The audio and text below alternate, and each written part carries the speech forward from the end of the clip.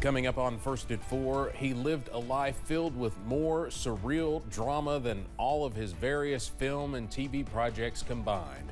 O.J. Simpson has died. How he's being remembered. And the University of Kentucky still searching for a men's basketball coach. We'll tell you who has passed on the job. Plus, we are tracking some showers and storms on this Thursday, but better weather is on the way for the weekend. Those details coming up as Mountain News First at 4 starts now. Dedicated to Eastern and Southern Kentucky, this is WYMT Mountain News First at 4.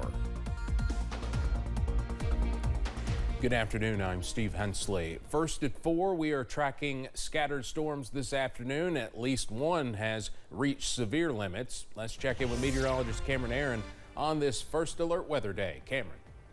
Yeah, Steve, we are tracking one severe thunderstorm warning in our region, but plenty of rain, also lightning and thunder, and some gusty winds as well. Up on first alert pinpoint Doppler, you can see some widespread showers and storms at this hour, but again, only one of those is severe right now. If we can go to the radar, and you can see we are tracking some widespread showers, and we'll zoom into that one heavier thunderstorm pushing into Mingo and Logan counties in West Virginia, and this does have a severe thunderstorm warning with a tornado possible tag, and that will last until 4:15 this evening. So just go ahead and go indoors and stay away from those windows, as we could see some winds up to 60 and possibly some quarter-sized hail as well. Also tracking this cluster of showers and storms pushing into Clay County, Knox County, also Bell County. This is below severe limits, but still producing some heavy rain, some thunder, some lightning, and same story for Hazard and Perry County, pushing into Leslie counties at this hour. Nothing severe, but we are tracking some heavier rainfall at this hour. This is the latest update from the Storm Prediction Center, and this came out 2 minutes ago, so hot off the presses,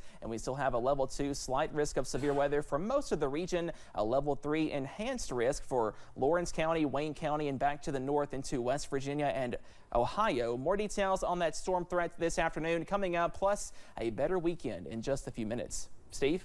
All right, Cameron, thank you, and we'll get back to you as necessary throughout the hour. There is at least one less coach in the running, probably two now, to take over the UK men's basketball team.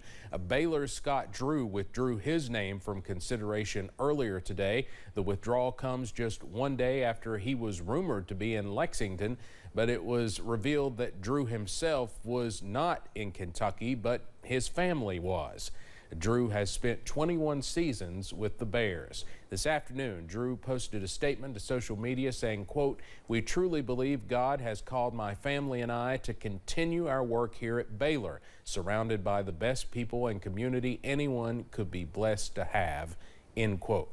Now, CBS Sports is also reporting this afternoon that there is a, quote, 0% chance Dan Hurley will leave UConn for Kentucky, so the search continues.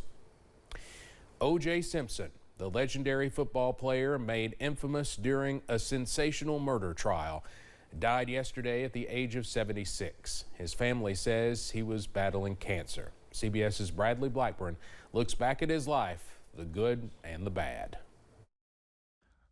O.J. Simpson's fame and infamy spanned across decades. As a star running back at USC, Simpson won the Heisman Trophy in 1968.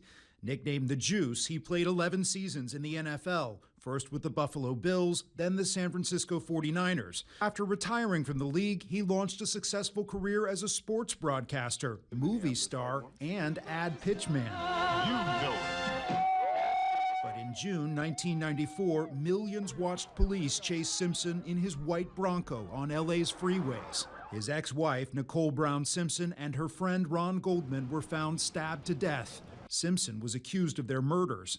Alan Dershowitz was part of his star legal team. There was overwhelming evidence that might suggest that he did it, and then there was one piece of evidence that was tampered with. With cameras in the courtroom, Simpson's trial became a global television event. And of course, the infamous moment was the day he tried on the glove, and that the glove did not fit. If it doesn't fit, you must acquit. A jury found him not guilty. I remember when the verdict came out and the street split. There were Black citizens on one side and white on the other, and people were seeing justice through different eyes. But in a civil lawsuit from the victims' families, Simpson was found liable and ordered to pay millions in damages. More than a decade later, his book, If I Did It, garnered headlines. A 2007 Las Vegas robbery and kidnapping over sports memorabilia landed him in prison. He was paroled in 2017. His family says Simpson was surrounded by his children and grandchildren when he died. Bradley Blackburn, CBS News. Officials with a Southeast Kentucky cemetery will be recognized with a national award. Officials with the Kentucky Veterans Cemetery Southeast in Hyden will receive the National Cemetery Administration Stewardship Award. Officials said the cemetery not only met the standards, but is one of few veteran cemeteries to win this award. Governor Andy Beshear congratulated recipients on the award in his Team Kentucky update today.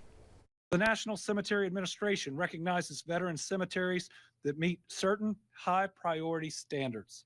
We're proud to say the Kentucky Veteran Cemetery Southeast is one of the few state veteran cemeteries in the country that have received this award and recognition. And on Monday, and officials will host a ceremony at the cemetery near Hyden on April 15th at 1 p.m. The cemetery is located off Kentucky 118. President Biden kicked off a lavish state visit for Japanese Prime Minister Kishida yesterday, reaffirming the U.S.-Japan alliance. Japan has been at the center of President Biden's alliance building in the Indo-Pacific. Kishida has pledged to increase defense spending by 2% of GDP by 2037 and has acquired American Tomahawk missiles. He's also provided ongoing support to Ukraine. And yesterday, the two leaders announced measures to further deepen the U.S.-Japan alliance.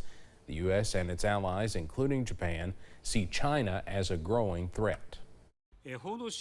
We reaffirmed the importance of realizing a free and open Indo-Pacific based on the rules of law and concurred to maintain close collaboration through various opportunities, including the Japan-U.S.-Philippines Summit, which is planned for Thursday. Today, President Biden is hosting the first ever Leaders Summit between the U.S., Japan, and the Philippines. It's part of the president's wider strategy to draw Asian allies closer together and offset China's growing might. Coming up on First at 4, it's a popular, quick and easy snack that some parents use as a school lunch option. Why one group wants to see Lunchables, though, taken off all menus nationwide. Plus the details on a brand new tornado watch coming up after this break.